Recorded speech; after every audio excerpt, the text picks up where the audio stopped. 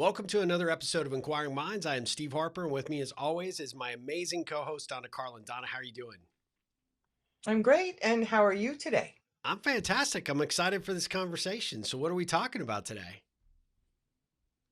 So this is something that occurred to me a little while back. Get your words straight, Donna. We're not our negative thoughts until we let ourselves be. Ooh, I like that. That's an interesting topic because I think I'm guilty as charged a lot of the time. So, I'm wondering if there I'm was some going to talk to you ulterior about motive that in one. putting this together today. you know, What I we're going to say. Yeah, no. So what inspired this particular topic? Are you going through this with a client or have you seen it in action or have you personally experienced Yes, it? So all the above. exactly. It's being the observer that I am. I mean, I would say so much of my work, 80% of it, is about what isn't spoken, or the language that people use in order to frame things, or their ways of being, demeanor, whatever it is. Hmm. And it's unbelievable, especially lately, how people put this story in place about themselves almost as a protective device or as an impetus to work harder than ever and Hmm. constant and push, push, push without taking any breathing space. And it's a problem Yeah. because what happens is, people beat themselves up. Yeah. So in other words, why are you working 40 hours a day? Well, I have to get this done. It's got to be done in this way. I'm not sure of myself. um, Hmm. if I don't work hard, I can't expect anybody else to work hard. All of these stories that people share, uh, about themselves. I'm not going to apply for this job because who am I to even consider I would be good enough for the job? I've been getting bombarded this week by people's, instead of self talk, negative doubt talk. Yeah. And it's terrible. Yeah. It's terrible. So, What do you think's you know, leading to leading to that particular issue? I mean, is it the environment we're all in? Is it become sort of the default way that we behave? Do you sense that there's, something that has precipitated that this is becoming more and more prevalent for a lot of us? we are in an increasingly competitive world. And I keep saying that, and I can't imagine what it'll be like even 10 years from now. Either it'll Right. just, people will go off a cliff, or they'll finally say to themselves, it's not worth this much beating myself up. Yeah. Um, what is precipitating it? I think part of it is a protective device. So if we say that we're not really good enough, we might try out for that job. We don't think, we're good enough. However, I'll give it a shot because, the experience of going through the process is worth my while. So it's a caveat. There you go. Sure. It's an out in case I don't get that position. I told myself I wasn't going to get it in the first place. Yeah. Yeah. But we aren't those negative thoughts until we give ourselves permission to have them. And what we're doing, instead of giving ourselves permission to have them, is we're using them as a default now. So that, if we use them and we succeed at something, then, oh, I'm pleasantly surprised. I never thought this was possible. Hooray, hooray, hooray. If we don't get it, see, told you in the first place that I'm not good enough for the job. They picked somebody better. Yeah. So that's your caveat. Well, and it's interesting to explore that, right? Because like you said, it's the protective coating that, insulates us from the what we assume is going to be a failure or, a disappointment. And then when we do get it, I know you've seen this with your clients, I certainly have seen it enough in my life and my work, is that you have people that even if they do get it, oh, yeah, I just got lucky, or gosh, I guess they didn't have a better candidate, or they're still coming and piling on themselves around the negative aspects of it rather than giving themselves the credit that they deserve for getting it. They won't allow themselves even a momentary pause to enjoy it or appreciate it. They feel like they still have to be self-effacing and negative towards anybody they're communicating with, whatever that might have been that they've got, whether it's the job or the promotion or a deal or whatever.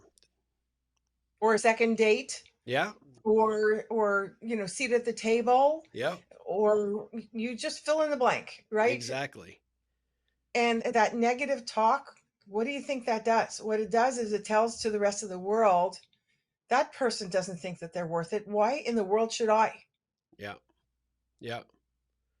And do you ever say to yourself, look at these people that we follow, that we learn from indirectly, that have a voice, like the Brene Browns of this world, who is the first person to put herself down, actually, in so many ways, and to catch herself in doing it. However, we see how people overcome that kind of stuff and really get out there and do something for the world. Do you think that they're surrounded by people who are going to be, self doubters? Absolutely not, because No. they won't surround themselves with those negative talkers. They just won't. They have no time of day for those people. And why do we? And why do we become one of those people that nobody wants time of day to spend any quality anything with? So, what is the consequences to that? Yeah. Well, I mean, at the end of the day, you miss out on a lot of key opportunities, a lot of great relationships, a lot of great environments, teams that you could otherwise lead or work with, who may just completely, like you said, avoid working with you because you're that person. You've allowed yourself to become that person. And I think one of the challenges that I think a lot of us face is that we fall into old patterns that feel comfortable, and we whether you realize it or not, and I'm certainly not a psychologist, but I recognize the fact that we at some point in that person's life, they've got some sort of reward. They got attention, or they got some sort of, oh, I'm so sorry. There was a positive that came out of that negative that allowed them to sort of experience that, even though I didn't get what I wanted, somebody is giving me, their time, energy, and attention, and feeling bad with me, which sort of makes me feel better about myself and my lack of achievement or whatever. And it's kind of a sick cycle, because you end up finding people that sort of, they love being alive in their own misery, and it's so self-created. But to a certain degree, it's like, you enjoy the losses almost as much as the person that would win wins, would enjoy the win. And how much different could that be for you if you change that perspective and didn't automatically give up on yourself, didn't automatically assume you're not qualified, or you're not experienced enough, or you're not the right fit in any capacity. The emotional rejection of that process, is sort of, it's overwhelming. But if you're getting rewarded by pulling people into that into that narrative, and you're taking anything positive from that, like, well, at least they feel bad for me too.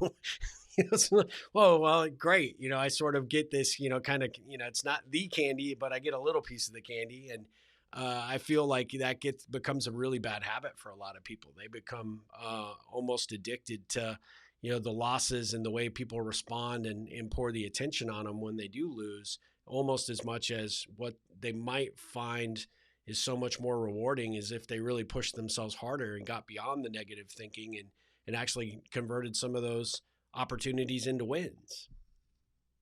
I'd like to share a little anecdote with you that really illustrates this to the nth degree. Years ago, when I was president of ECO, which was the International Consortium for Coaching and Organizations, there was a request to maybe get a LinkedIn group going, for internal Hmm. conversations. So I decided I was going to see how many of the people involved, it was like a think tank like organization, were on LinkedIn. So I did a search, and all these eco people came back that weren't our eco. And I'm going, like, what's Hmm. going on here? So Yeah. I looked at and tried to figure out who were these people, and realized that they were part of an alumni group for INSEAD Global Leadership Center in Fontainebleau, France. So I looked up who is the head of that. And the only person that I could find on LinkedIn was Manfred Ketz de Vries, who's written a gazillion books and is an authority on leadership and coaching psychology, and just an extraordinary man. And so I wrote him a letter through LinkedIn, and I said, the whole letter was, "You can't be eco, we're eco." That was my whole letter to him. You're a Fast woman of forward, few words. let me tell you, no, not usually, but anyway, I Yeah, did that in I, his case. I said that And, facetiously, by the way. and then I'm talking to the president of the professional school of psychology where I did my master's degree. And I tell him that I wrote Manfred, and because he was involved with eco as well, he was the dean of symposia at the time. And he says to me, "You can't rate Manfred. He won't answer anyone like you who he doesn't know. He's inundated on a regular basis. He's like my idol. He's the epitome of, what leadership stands for." And he's telling me all the reasons in the book why I don't have the right to write Manfred, and why would Manfred give me the time of day? How's this? So as he's saying this to me on the phone, I get an email from Manfred saying, "We need to talk, and I'm connecting you with our executive director." So I said to Bill, not only did he read my email through LinkedIn, but he wrote me back and he set up a meeting with the executive director of the Global Leadership Center. And how did you do that? I said, he's not going to respond if I stop myself from writing in the first place. Yeah, yeah. And fast forward, I was invited as the only Canadian and the only outsider to the this organization to their first ever alumni meeting in Fontainebleau to actually say what we were Wow. doing with our eco, because we were successful, they weren't, with their alumni group, and to have a voice for what we were doing on this side of the ocean. And it was an extraordinary, absolutely extraordinary experience. None of that would have happened if I said to myself what Bill said to me: "Who are you to write somebody like Manfred? He would not have heard of you. He's not going to give you the time of day." And all the reasons in the book why I shouldn't write. I don't care if he doesn't answer, but I know he won't answer if I don't write in the first place. That's right. Right. Started a really incredible conversation. And fast forward, Bill was doing this journal and was dying to be able to interview Manfred. So I walked over to Manfred when I was at INSEAD, and I said to him, "Bill wants to interview you. You're going to set up time to do that." He says, "Obviously, you know to find me. Tell him okay." So I wrote Bill saying, "I know you always wanted to interview him for the journal. Just write him with a time, and he'll be there." And it's like, how did you do that? It was just so funny. But it's not that I did it, it's that he didn't. Right. Right. Right. And that negative talk is going to have zero opportunities attached to it, Yep. because you stop yourself before anything can possibly happen, so nothing will happen. I agree. Yeah.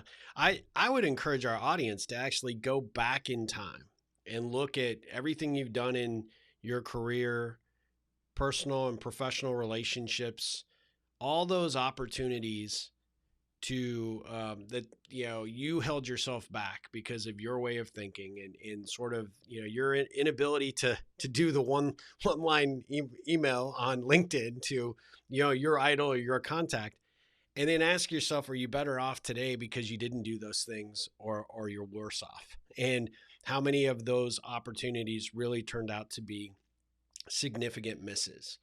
And now that you look back, and it's kind of funny because when you look at it after you get some time and perspective, you go, "Wow, gosh, I was 20 and I could have taken that shot and could have tried something, and why not, right? Why didn't I do it?" And really ask yourself as you look at it, because I'm sure for all of us, if we do this exercise collectively, we're all going to have dozens and dozens of things that we probably wish we had tried and did, but we didn't. And we are a little less better off because we didn't do it. And then ask yourself, what are you going to do right now to stop doing that? Right. So if you cast that forward another 5 or 10 or 15 years, and you say, what are the things that are going to come up in my life? How do I make sure that I don't end up holding myself back at the stable, and I actually get into the race? And I think it's really important. And to your credit, Donna, all the time that these things come up that, potentially cause me to have self-doubt or lack confidence or fail to make a decision, I start these are the big red, bulbs that go off flashing and saying it's time for you to start asking better questions. It's, you need to, this is a warning sign that you're about to go down the same path that you've always gone down, and your results will not be any better. You'll be disappointed, you'll be frustrated, and what's the harm in taking a different path, asking a better question, taking a chance? And so I think for our audience, I think it's really critical to look at that and say, what have I done in the past that didn't work out because I didn't allow it to work out? And what am I going to make sure that in the future, the opportunities that present themselves, that I don't fall back into my typical way of, thinking or responding. Or inaction. Yep. Yep. It's the Absolutely. inaction. Like people say, you must have a lot of guts to be able to walk up to famous people or, people who are so accomplished to ask for something or to ask for a conversation or whatever it is. No, it's not about having guts to do that. It's about really wanting an impact of some sort and knowing that I can't get it without reaching out to people who have achieved it in some way, shape, or form in their life.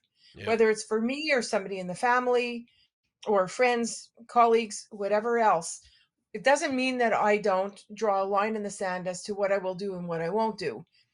If somebody says to me, could you do an introduction between me and this individual?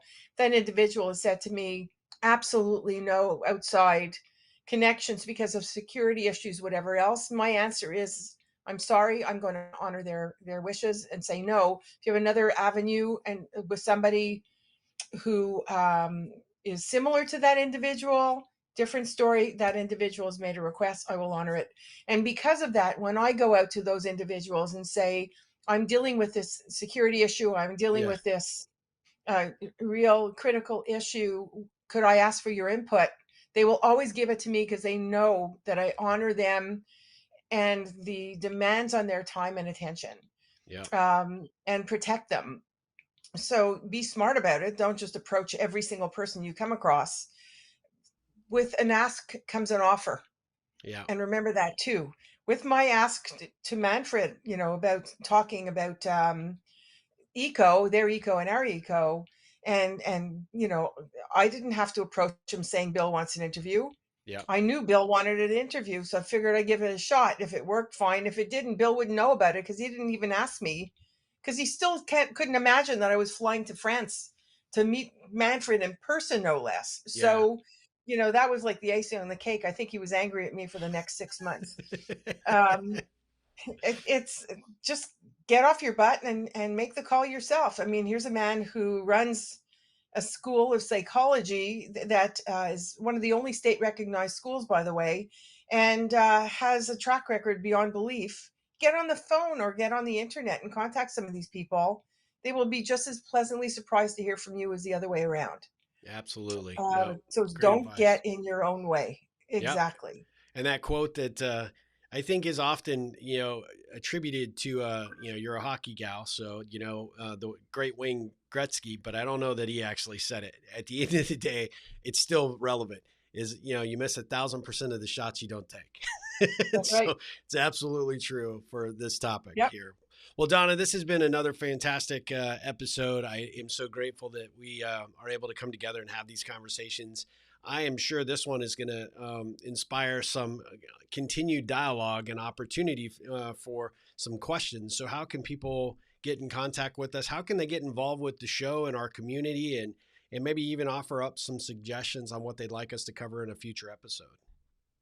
Well, join our Facebook group, Inquiring Minds with Donna Carlin and Steve Harper. Let us know how these are resonating, what you want us to talk about. Let us know if you've brought these topics up at the dinner table and what the Yeah. response was. I'd love to hear that one as well. Yes. And Absolutely. you could get us on our website, Steve's at ripplecentral.com. I'm at Donna Carlin with a K.com. You could reach us through email, our social media, all our links are there. And just let us know how these are resonating because we're doing this to bring the important questions out and the important points out to the public so that you have these ongoing conversations. That's why we're doing this. Yeah. Not to mention, we have a heck of a lot of fun. Um, And it's an honor to be able to do that with Steve. It's really something that we're hearing great feedback on. That Yeah. we're bringing up the questions that people tend not to ask themselves, and are grateful that we do. Yeah, absolutely. It has been a blast, and we will be back again very soon with another episode of Inquiring Minds. But until then, Donna, take care and take those shots. Got it. Have a good one.